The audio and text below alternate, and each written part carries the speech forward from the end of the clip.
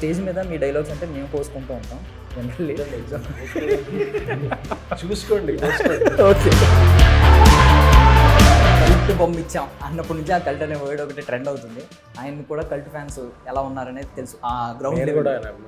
Yeah 2010లో ఒక cinema తీశారు. అలాంటప్పుడు పెద్ద పెద్ద స్టార్ హీరోలను కూడా యాటిట్యూడ్ నచ్చకపోతే నాకు వద్దు అని మొహమ్మద్ చెప్పిన ఆయన ప్రమోట్ సరిగ్గా చేసుకోలేకపోయారు అనేది మా ఒపీనియన్. ఆయనకి ఎమోషన్ తెలుసు కానీ ప్రమోషన్ తెలియదని అర్థమైంది. ఇండస్ట్రీ ఎలా ఉందంటే పెద్ద పెద్ద తార్లు, పెద్ద పెద్ద సెట్లు, పెద్ద పెద్ద వేసి ఒక ఫేక్ ప్రోడక్ట్ చేయడం కన్నా జెన్యున్గా కొత్త వాళ్ళతోనూ ఒక నిజంగా ఒక నిజాయితీతో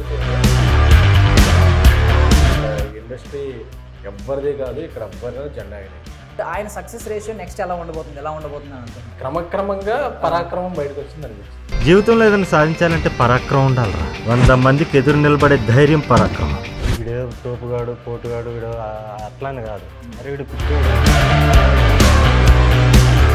ఆర్టిస్ట్గా ఒక డైరెక్టర్గా ఆయన చూసినప్పుడు సో మీకు ఎవరైనా ఒకరు గుర్తొస్తున్నారా ఒక డైరెక్టర్గా ఒక artist?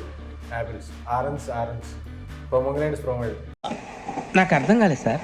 Ladies and gentlemen, boys and girls and my dear నిబ్బీస్ అండ్ నిబ్బాస్, వెల్కమ్ టు ఫిల్మీ ఫోకస్. నేను మీ ప్రియమైన దర్శన్. నాతో పాటు ఎవరున్నారంటే ఒకరేమో నిర్భయంగా ఏదైనా స్టేజ్ మీద మాట్లాడగలరు, ఇంకొకరేమో నిర్భయంగా దేన్నైనా తీసి చూపించగలరు. ఒకరేమో బిఎస్కే, ఇంకొకరేమో ఎస్కే అన్నమాట. ఇద్దరు కల్ట్ అనే వర్డ్కి కొత్త డెఫినేషన్స్గా మారారు. నాతో పాటు ఉన్నారు. మాట్లాడేద్దాం పరాక్రమం సినిమా గురించి అనమాట. Hi sir. So sir, first of all అంటే ఇప్పుడు కల్ట్ బొమ్మ ఇచ్చాం అన్నప్పటి నుంచి ఆ కల్ట్ అనే వర్డ్ ఒకటి ట్రెండ్ అవుతుంది. ఆయన కూడా కల్ట్ ఫ్యాన్స్ ఎలా ఉన్నారనేది తెలుసు ఆ గ్రౌండ్ కూడా. Yeah okay. సో మీరు ఇంప్రెస్ అవ్వడానికి మోస్ట్లీ అంటే మీరు చాలా మంది పెద్ద పెద్ద వాళ్ళని కూడా చూసారు, స్టార్ హీరోస్ని కూడా చూసారు దగ్గర నుంచి. సో మిమ్మల్ని ఇంప్రెస్ చేసిన పాయింట్స్ ఏంటి, అసలు ఆయనలో ఉన్న యూనిక్నెస్ ఏంటి? నేను చూసిన స్టార్ హీరోస్ పెద్ద పెద్ద వాళ్ళందరిలో కూడా దే లైక్ కంటెంట్ ఫస్ట్, అందుకే వాళ్ళు స్టార్లు అయ్యారని నమ్ముతారు. ఆయన కూడా కంటెంట్ని బాగా ప్రజెంట్ చేస్తారు, కంటెంట్ని నమ్ముతారు, ఒక కొత్త కోణం తీసుకున్నారు. ఇప్పుడు బేబీ డైరెక్టర్ సాయి రాజేష్ అతనితో చాలా దగ్గరగా ట్రావెల్ అయ్యా, మారుతి ట్రావెల్ అయ్యా. ఇప్పుడు మారుతి రావడానికి అప్పుడు యూత్ సినిమాలన్నీ ఆగిపోయినాయి. అప్పుడు ఒక యూత్ సినిమా తీసారు ఈ రోజుల్లో, అదో ట్రెండ్ సెటర్. అలాగే రాజేష్ పెద్ద హీరోలకు కథలు చెప్తుంటే అప్రోచ్ టైం పడతాం, ఇంకా అప్పుడే చేయగలడా లేదా అని అనుకున్నప్పుడు తనంటూ ఒక జోనర్ క్రియేట్ చేశారు, ఒక కమెడీని పెట్టి. అప్పుడే ఒక స్పూఫ్, ఇప్పుడంటే మీమ్స్ అన్నీ వచ్చినాయి. సో అలాగే ఆయన కూడా ఇదివరకు సినిమాలు తీసి ఓకే దీనికి రీచ్ వచ్చిందా, నేను అందరికీ తెలిసానా, అసలు నేను అందరికి తెలియాలంటే ఎలా నా ఇదని ఆయన ఒక సినిమా తీసి యూట్యూబ్లో పెట్టి ఏమన్నా మనం అడుగుతాం ఫస్ట్ చూడండి, సబ్స్క్రైబ్ చేసుకోండి, ఆయన సినిమా చూసేయండి, నచ్చితే డబ్బులు ఇవ్వండి అనేది నాకు చాలా గట్టి అటెంప్ట్లా అనిపించింది. ఎంతో గట్స్ ఉంటాయి కానీ అలాంటి ఇది చేయరు. సో అప్పుడు ఆయన వర్క్ అన్ని ఫాలో అయ్యాను. ఫాలో అయితే నాకు నచ్చినాయి ఆయన ఇంటర్వ్యూస్, నిర్మోహమాటంగా మాట్లాడటం, అది ఉన్నట్టు చెప్పటం, ఏ కోటింగ్ లేకుండా. సో క్రాఫ్ట్ మీద ఆయనకున్న అవగాహన, ఆయన ప్రజెంట్ చేసుకుంటాకి ఇన్ని చేసి అంటే ఒక మనిషి పెట్టే ఎఫర్ట్. ఇప్పుడు చాలామంది ఉంటారు, అరే నాకు అవకాశం రావట్లేదు ఇండస్ట్రీ, అలాగా అసలు నేను వచ్చుంటే కుమ్మేసేవాడిని, ఇలా తెలివైన వాళ్ళు ఎప్పుడో అవకాశం కోసం ఎదురు చూడరు, అవకాశాలు క్రియేట్ చేసుకుంటారు. సో నాకు అలా అవకాశాలు క్రియేట్ చేసుకునే పీపుల్ అంటే నాకు ఇష్టం, ఎందుకంటే నేను కూడా నా అవకాశాన్ని నేను క్రియేట్ చేసుకుంటాను.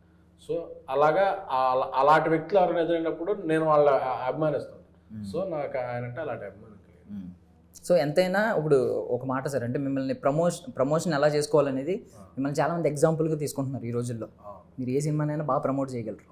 అలాంటి ఇప్పుడు ఆయన ఎంత తక్కువగా, ఇప్పుడు ఆయనకి ఎంత కల్ట్ ఫ్యాన్స్ గ్రౌండ్ లెవెల్లో ఫామ్ అయినా కూడా ఒకప్పుడు ఆయన 2010లో ఒక సినిమా తీశారు. అలాంటప్పుడు పెద్ద పెద్ద స్టార్ హీరోలను కూడా యాటిట్యూడ్ నచ్చకపోతే నాకు వద్దు అని మొహమ్మద్ చెప్పిన ఆయన ప్రమోట్ సరిగ్గా చేసుకోలేకపోయారు అనేది మా ఒపీనియన్. అంటే మాకు ఎంతైనా కొంచెం అనిపిస్తుంది కదా, అయ్యో ఈయన ఇక్కడ ఉండాల్సిన ఆయన కాదు, ఎక్కడో ఉండాల్సిన ఆయన, అప్పుడే సరిగ్గా మనకి పేరు బయటకు తెలిసి ఉంటే అని అనిపిస్తుంది మాకెంతైనా, ఆడియన్స్ అందరికి. సో మీరు ఏమన్నా తర్వాత మీకు కలిసిన తర్వాత ప్రమోట్ చేసుకోవడానికి ఏమన్నా మీరు ఏమన్నా సజెషన్స్ ఇచ్చారా, ఇవ్వగలరా ఇప్పుడు ఏమన్నా? అందుకే నేను ఈ సినిమా నేను ఓన్ చేసుకున్నాను, నేను వచ్చి మాట్లాడతాను, నేను రిలీజ్కి వెళ్ళిపోతాను అని చెప్పాను. ఎందుకంటే ఆయనకి ఎమోషన్ తెలుసు కానీ ప్రమోషన్ తెలియదని అర్థమైంది నాకు. సో అందుకని అండ్ మీరు అది చేయండి, నేను ఇది హెల్ప్ చేస్తాను, వాట్ ఎవర్ రిజల్ట్ నాకు. ఎందుకంటే నాకు ఎవరైనా ఒక కష్టపడి చేస్తుంటే అది చిన్న అని కాదు, పెద్ద అని కాదు, ఎస్టాబ్లిష్డ్ అని కాదు, కొత్త అని కాదు, ఎవరు చేస్తున్నా నాకు నా పార్ట్, ఎందుకంటే అలాగా కాంట్రిబ్యూట్ చేయాలనిపిస్తుంది. సో అందుకనే నేను చెప్పా, ఏమండి ఇలా ఉంటాయంటే ఆయన అడిగారు ఏంటండి ఎన్ని ఉంటాయా అని. అవునండి, అసలు ఈ మధ్య తీయడం కన్నా రిలీజ్ చేయడం ప్రమోట్ చేయడం అదో సైన్స్ అయిపోయింది అని చెప్పా. సో ఆయనకి ఈ రిలీజ్ డేట్ మీకు ఓకేనా, మీరు కాన్ఫిడెంట్గా వెళ్తారా, అప్పుడు ప్రమోషన్ అలా ఉంటుంది, ఇవన్నీ చెప్పా. So is confident. సో నా ఎఫర్ట్ నేను పెడదామని చెప్పి so I'm coming with him. Nice. So మనం జనరల్గా డైరెక్టర్ అంటే అమ్మో ఇన్ని బాధ్యతలా అనుకుంటూ ఉంటాం. బయట చూసినాడు మొత్తం అన్ని క్రాఫ్ట్స్ వాడు అంటే టచ్లో ఉండాలి, కోఆర్డినేట్ చేస్తూ ఉండాలి. ప్రొడ్యూసర్ అనగానే పాపం చాలా టెన్షన్స్, మెంటల్ టెన్షన్స్ అనుకుంటూ ఉంటాం. అలాంటి టైంలో ఈయన ఇన్ని క్రాఫ్ట్స్ హ్యాండిల్ చేస్తూ, ఒక హీరో అంటే షార్ట్ అయిపోగానే పక్కకి వెళ్ళి క్యారవాన్లో కూర్చోవాలి, జాగ్రత్తగా ఉండాలి. ఒక డైరెక్టర్ అంటే తన పరిధిలో తను చూసుకుని మిగిలిన అన్ని కింద వాళ్ళకి వదిలేయాలి. ఇలాంటి రోజుల్లో అన్ని క్రాఫ్ట్స్ హ్యాండిల్ చేస్తున్నారు. దీన్ని పాజిటివ్గా చెప్తారా, నెగిటివ్గా చెప్తారా మీరు? పాజిటివ్గా కదా, ఎందుకంటే ఇప్పుడు మనం అది బాగా తింటాడండి అంటే అది అందరం తింటాం. లేదండి ఆడే పండిస్తాడండి, ఆడే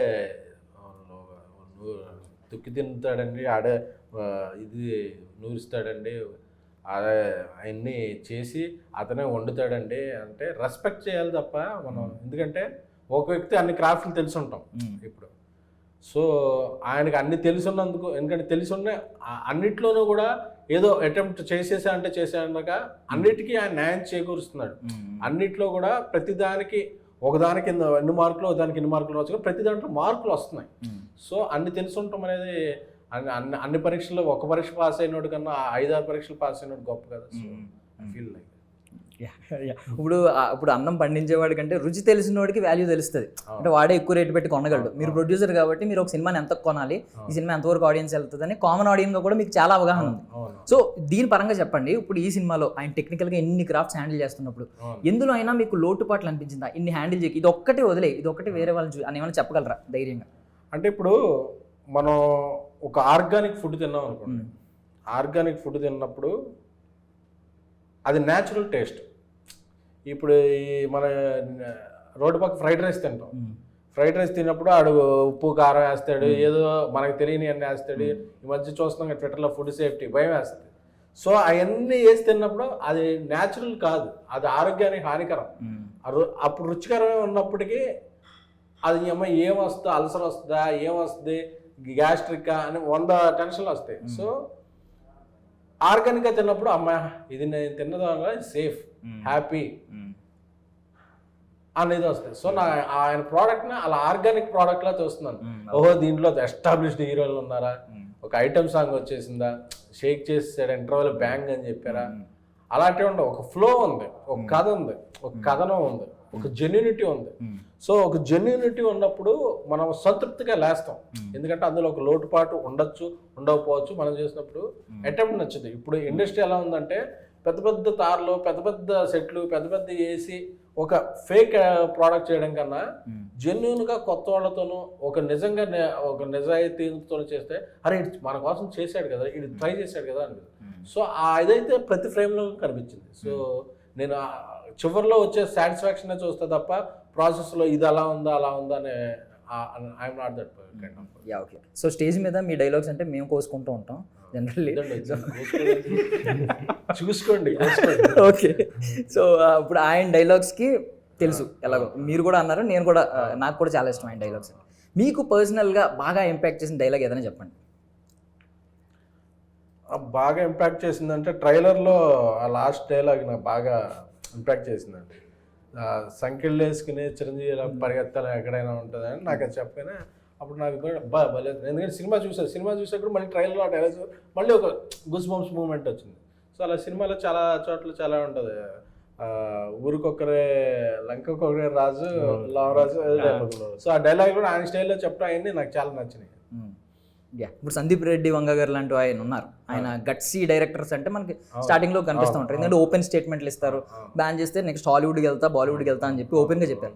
అలాంటి ఆయన నెక్స్ట్ నిజంగానే బాలీవుడ్కి వెళ్ళారు అనుకోండి, బట్ ఆయన కమర్షియల్ ఫార్మాట్లో వచ్చారు. సో ఆయన ఆపడం కష్టం. బట్ ఈయనకున్న గట్స్కి ఈయన ఇంకా కమర్షియల్ ఫార్మాట్లో కంప్లీట్గా రాలేదు. ఇప్పుడు ఓకే, బట్ ఈయన గట్స్ ఎప్పటి నుంచి ఉన్నాయి, ఎప్పటి నుంచో చూస్తున్నాం మనం. నిర్బంధం సినిమా నుంచి చూస్తున్నాం. బట్ ఈయన్ని ఆ టైంలో సోషల్ మీడియా కూడా తక్కువ అండి, అప్పుడే స్టార్ట్ అయింది. అంత టైంలో ఆయనకి అంత గట్స్ ఎందుకు వచ్చినాయి అంటారు మీరు? అసలు నాకు అందుకే ఆయన అంటే అభిమానం వచ్చింది. మన ఇప్పుడు ట్రెండ్ వచ్చేసాక ట్రెండ్ ఫాలో అయ్యే వాళ్ళకన్నా మనం చూడండి, కళ్యాణ్ గారు చూసే ట్రెండ్ క్రియేట్ చేసే వాళ్ళని మనం ఎక్కువ అభిమానిస్తాం. సో ఆయన ట్రెండ్ క్రియేట్ చేశాడు కాబట్టి నాకు ఫీలింగ్. అంటే ఇప్పుడు మనకి 10 మంది ఉన్నారు, సోషల్ మీడియాలో నెటిజన్స్ ఉంటారు, ఏదన్నా అయినా అని చెప్పి ఒక ధైర్యం ఉంటుందండి. ఆయనకి ఆ టైంలో సోషల్ మీడియా లేదు, ఆయన గట్స్ అలా ఉన్నాయి ఆ టైంలో. బట్ ఇలాంటి టైంలో రిస్క్ కూడా జరిగే అవకాశం ఉంది. సో ఈ కైండ్ ఆఫ్ యాటిట్యూడ్తో గట్సీతో బయట అయితే మేము అందరం సపోర్ట్ చేస్తున్నాం, మీరు కూడా ఓపెన్గానే సపోర్ట్ చేస్తున్నారు స్టేజ్ మీదకి వచ్చి. బట్ ఆయన సక్సెస్ రేషియో నెక్స్ట్ ఎలా ఉండబోతుంది అని అనుకుంటున్నాను. అంటే నిజంగా ప్రోడక్ట్ అని నమ్మి ప్రాజెక్ట్ చేసే వాళ్ళకి ఎప్పుడు మంచి రిజల్ట్ వస్తుంది. ఒకసారి ఏదన్నా ఒక రిజల్ట్ ఒక సినిమాలో రాకపోయినా ఆ డ్యూ ఉంటుంది, నెక్స్ట్ టైం అది కూడా కలిపి బిగ్గరగా వస్తాయి. అంతేగాని రాకుండా ఆగిపోదు. ఇది ప్రాసెస్లో ఎప్పుడు వస్తుంది అనేది చూడాలి తప్ప అది తప్పకుండా వస్తాయి. అది ఎప్పుడు వస్తాయి నాకు తెలిసి ఆయనకి పరాక్రమంతోనే వస్తుందని నమ్ముతున్నాను. సో మొన్న అన్నారు కదా, చిరంజీవి అనాలి, చిరంజీవి గారు అమ్మగారు అంటే పనోడు అయిపోతామని చెప్పి. సో అదే ఉద్దేశంతో మిమ్మల్ని కూడా మేము ఓన్ చేసుకుంటున్నాం. సో అదే మాటతో అంటున్నాం అనమాట. సో సార్ ఇప్పుడు ఏంటి, ఒకప్పుడు అంత గట్సీగా ఉన్న ఆయన అంటే మీరు బాగా నచ్చుంటారు, మీతో అసోసియేషన్ బాగుంది. ఇప్పుడు ఏమన్నా కొంచెం తగ్గారంటారా, ఏమన్నా కొంచెం కుర్రోడు తగ్గాడంటారా? మామూలుగా మన మాట లేదు, ఎంత మనం ఒక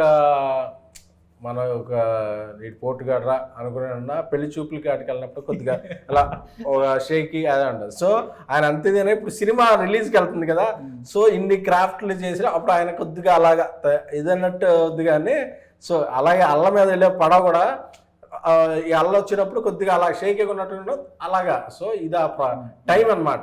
సో మళ్ళీ ఆయన రిలీజ్ అయిపోతే మళ్ళీ ఆయన పరాక్రమం మోడ్లోకి వచ్చేస్తారు. అంతే కదా. యాక్చువల్లీ ఇప్పుడు సార్ సపోర్ట్ చేసేది కానీ ఇప్పుడు ఇంకెవరన్నా సపోర్ట్ చేస్తున్నా కూడా వీడేదో తోపుగాడు పోటుగాడు వీడు అట్లానే కాదు. అరే వీడు పిచ్చోడు, వీడు జెన్యున్గా అటెంప్ట్ చేస్తున్నాడు, ముందుకెళ్తున్నాడు, ఇలాంటి వాడికి మనం అంటే ఒక కో ఫిల్మ్ మేకర్గా ఆయన ఇప్పుడు ఎస్కేన్ గారు ఈరోజు మాట్లాడిన దాంట్లో చాలామందికి ఆయన ఏంటో అర్థం అవుద్ది. ఇప్పుడు ఆయన మాట్లాడిన విధానం, ఆయన సినిమాని ఎలా చూస్తారు, అందుకే ఆయన సినిమాలు అలా ఉంటాయి. ఆయన సక్సెస్ రేట్లు ఎందుకు ఉన్నారంటే బికాజ్ ఆఫ్ దిస్. ఇది జనాలు పరిచయం చేయాలనుకున్నాను నేను, అందుకే ఆయన గురించి అలా చెప్పాను. నేను ఆయన చూసి నేను కూడా సర్ప్రైజ్ అయిపోయాను. అఫ్కోర్స్ ఆయన ఫిల్మ్ మేకింగ్ చూసి సర్ప్రైజ్ అయ్యాను.